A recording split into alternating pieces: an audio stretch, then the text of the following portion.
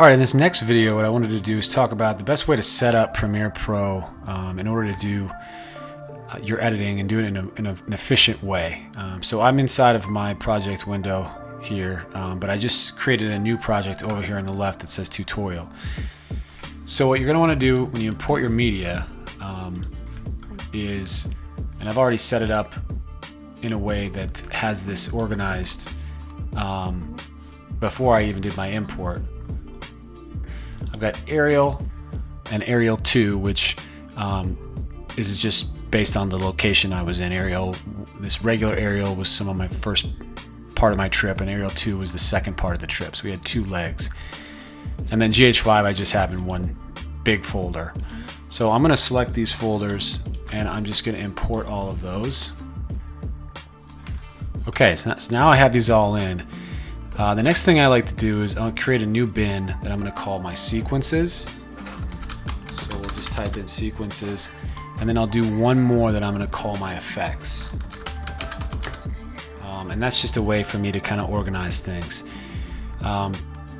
So when you're done with that, the best way to start editing these clips is just by double clicking on them, and it'll bring up the source window here, and we can just kind of scrub through very quickly and find parts that we like of this video. So if I find an entry point into this video that I like, I'm just gonna highlight my playhead there and I'm gonna click mark in, and then I'm gonna find the place that I want to end. Maybe it's when I get near this lighthouse, and then do my mark out. And now you can just grab the drag video and just drag it into your timeline. So what I'll do is I'll create a new sequence that I'll call tutorial, and I can simply drag this in. It's going to ask me some things about my sequence settings. If you like the ones that you've set up, you just say keep existing. Now what you might need to do is, if this was shot in 4K and I have just an HD sequence setting, we're just going to right click this and we're going to scale it to the frame size, and then we're done there. You can also do that at the end with all your clips. But now you can just kind of fly through these clips, and it'll if I double click on that clip again, it's going to still show me where my in and out was. So I know that I've already edited that clip. So I'll move to the next one, and I see I've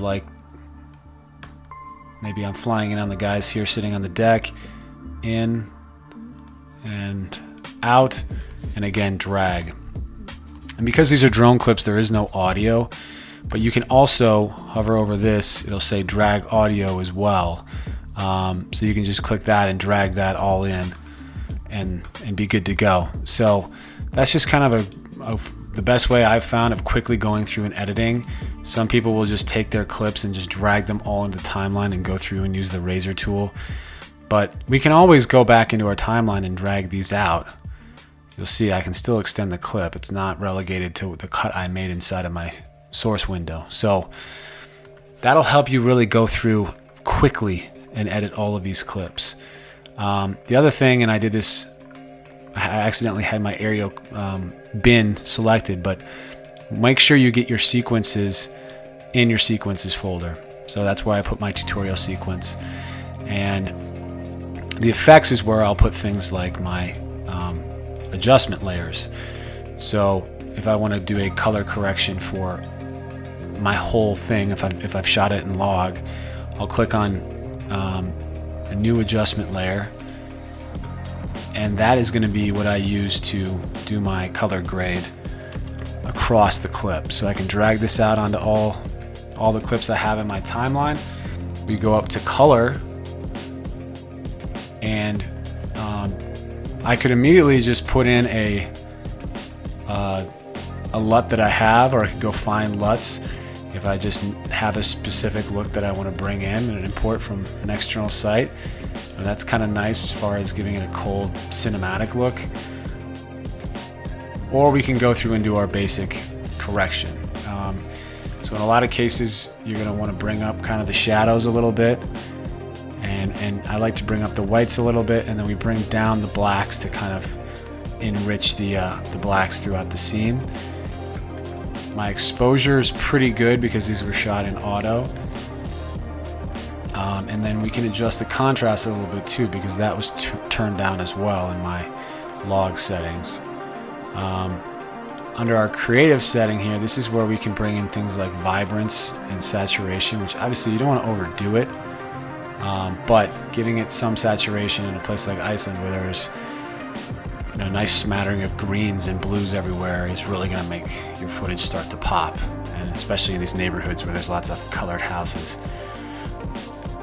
The final thing I like to do is in Rgb Curves as well, giving it just a little S-curve can really enhance the footage. So you'll see the difference between that and that is, again, I'm giving power to my shadows, and I'm giving more contrast in the higher end, and it's just making my trees and my houses stand out that much more with just a little S-curve. But maybe you're not going for that look, maybe you're going for the faded film look, and this basically just applies a matte to your footage. So you'll notice some films have more of this matted look, and that's really what you can adjust there inside of faded film. So these are just some good ways on how to get started in editing. In the next tutorial, we'll get into really showing you how we start implementing some of the effects inside of our video edit.